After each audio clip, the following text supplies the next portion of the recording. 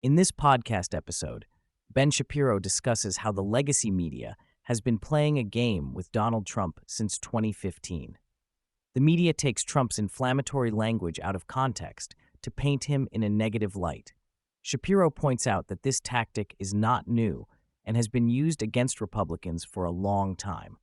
He highlights how the media's portrayal of Trump as a threat to the Republic is part of a larger narrative pushed by Democrats and the media. Shapiro provides an example of the media's misrepresentation of Trump's recent comments at a rally.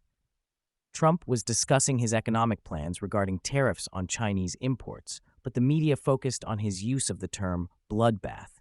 Shapiro argues that Trump's use of inflammatory language is common in politics and does not imply actual violence. He shows a montage of Democrats using similar language without facing the same scrutiny. Shapiro points out that the media's panic over Trump's potential 2024 run is evident in their coverage. Polling data shows Trump leading in battleground states, causing concern among Democrats. The media's portrayal of Trump as a threat to democracy is part of a larger effort to rally the Democratic base and discredit Trump's potential candidacy. Shapiro discusses Trump's use of humor and comedy as a political superpower.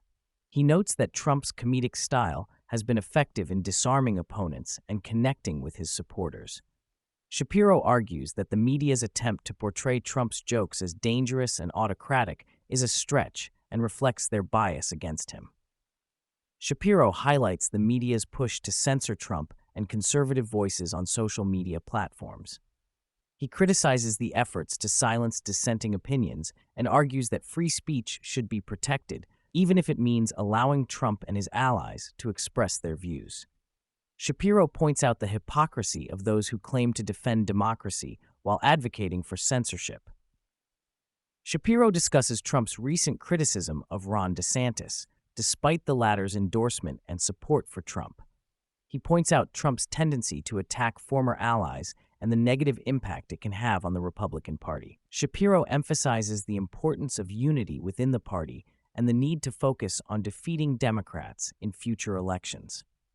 Shapiro highlights some of the negative comments made by former President Donald Trump, including his remarks about hitting his political opponents hard and low. He criticizes Trump for using inappropriate language and making jokes that could potentially alienate voters. Shapiro also points out Trump's comments about the January 6th committee and the situation with individuals jailed after the Capitol riot, noting that referring to them as hostages is inaccurate.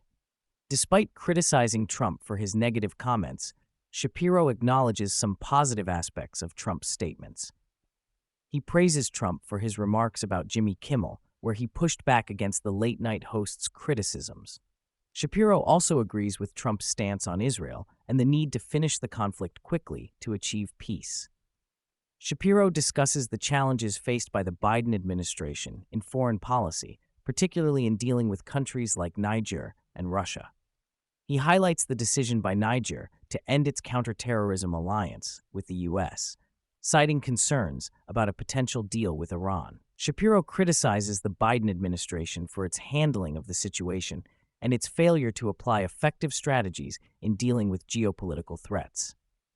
Shapiro raises concerns about President Joe Biden's health, citing instances where Biden appeared confused and disoriented.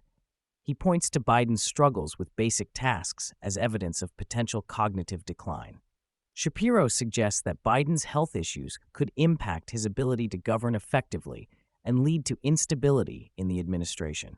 Shapiro discusses the political situation in Israel, focusing on the pressure being placed on Prime Minister Benjamin Netanyahu to call for new elections. He criticizes the efforts to push for early elections, noting that Israel operates on a parliamentary system where elections are held regularly. Shapiro highlights the need for stability in Israel, especially during times of conflict with groups like Hamas. Shapiro delves into the controversy surrounding TikTok and the potential sale of the app due to national security concerns. He explains the implications of a forced sale of TikTok and the challenges involved in such a transaction. He emphasizes the need to address the threat posed by Chinese-owned apps like TikTok and the importance of safeguarding national security interests.